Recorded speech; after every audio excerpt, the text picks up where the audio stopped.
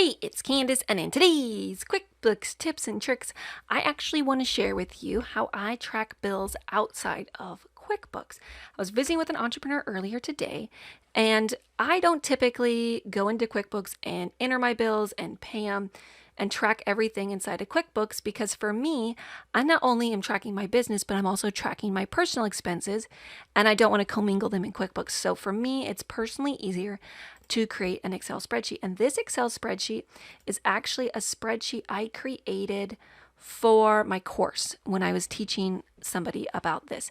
So what I did is if you're a Windows user, I created an Excel spreadsheet. If you're a Mac user, you use Pages, or Numbers, Numbers.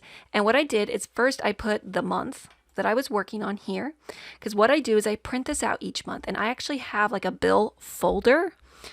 And what I do is I print this out and I open up my bill folder, and there's a large paper clip on the left. I just slide this underneath.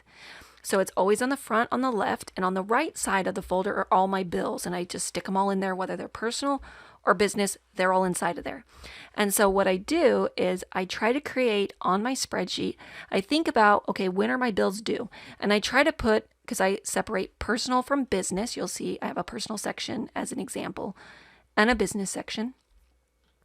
And what I do is I try to think about what's the due date. And I put the bills in order on the left by when they're going to be due throughout the month. So I kind of start from the top and I work my way down typically. So say your rent is usually due on the 1st, it would be one of the first line items under the personal section. And then whatever you pay towards the end of the month would go below that, and you would just insert your different lines. So in the first section, it's the places you're paying every month. These are the bills you pay every month. Then it's the amount that the bill is due for, and then the amount you paid. I'll explain why I do each column in a minute. Then the date due and the date paid.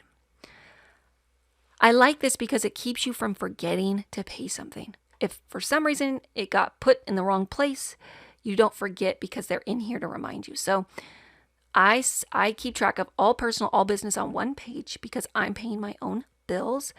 I actually have more than one business. So as you probably know, if you've heard me throughout my YouTube channel, my husband has a hardwood flooring business. We also have rentals, and then I have my business. So I actually break out on my personal sheet. I have the name of the business and then the expenses, and then the name of our entity for our rentals, and then their expenses, and then my expenses kind of thing, so that it's tracked by business, who's paying it. Then the reason I have the amount of the bill and the amount paid is because if you have, say, a credit card and you owe $85 in your credit card, but say you want to pay your whole, like that's the minimum, but you want to pay the whole balance, or even an installment, and it's $300, then I would hand write, I don't type it in, I hand write it as I go. The same could be true if, say, you have a house payment and your house payment is $500 and you're trying to cut it down and pay your house payment sooner and you're paying $600, you'd actually write the amount you paid, but you would know what was due versus what you paid. Later, if you go to ever create a budget, by keeping track of this, it helps you remember how much you owe, when you owe it, and it can help you start budgeting. You can include in here for a budget purposes, like say fuel and groceries. That's not something you're going to get a bill for, but you could kind of estimate that or even put it at the end if you want. Or copy this and put it inside of another sheet and then do your budgeting that way.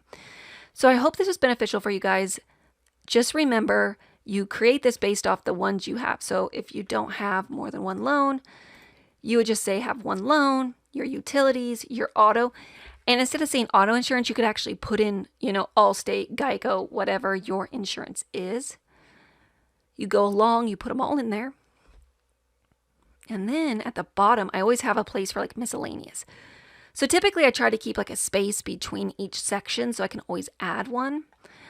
If you have internet, you could put that in here, cable, whatever, wherever it belongs, whether it's business or personal related. And then some miscellaneous for medical or property taxes, stuff that you only get like once or twice a year. Your vehicle renewal can be down here or up here, wherever you want it. So I use this to really manage my business, my expenses, and my bills outside of QuickBooks. I typically pull this out every Monday.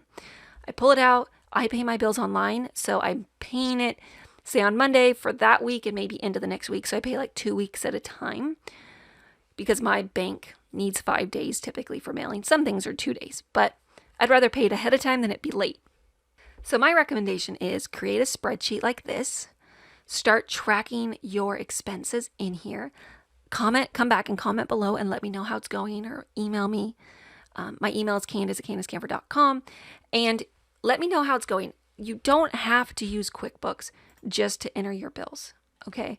This is another alternative to help you kind of manage your business, your cash flow, and make sure you don't forget anything. And I recommend putting in a folder as you get your bills, writing them in here. So what I technically do is I get my bills throughout the week, I put it in the folder, and then Monday I write in what I have that I owe, I pay my bills, I write down how much I've paid, and then I just do it once a week. I typically don't even worry about it till the next week. It's just like a Monday routine.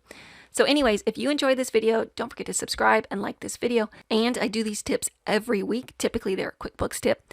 If you'd enjoy those, if you go up to the I or in the comments down below in the detail, there is a link where you can go in and put your name and email address, and these will get emailed to you personally. Thanks for being here. Talk to you guys next week. Bye.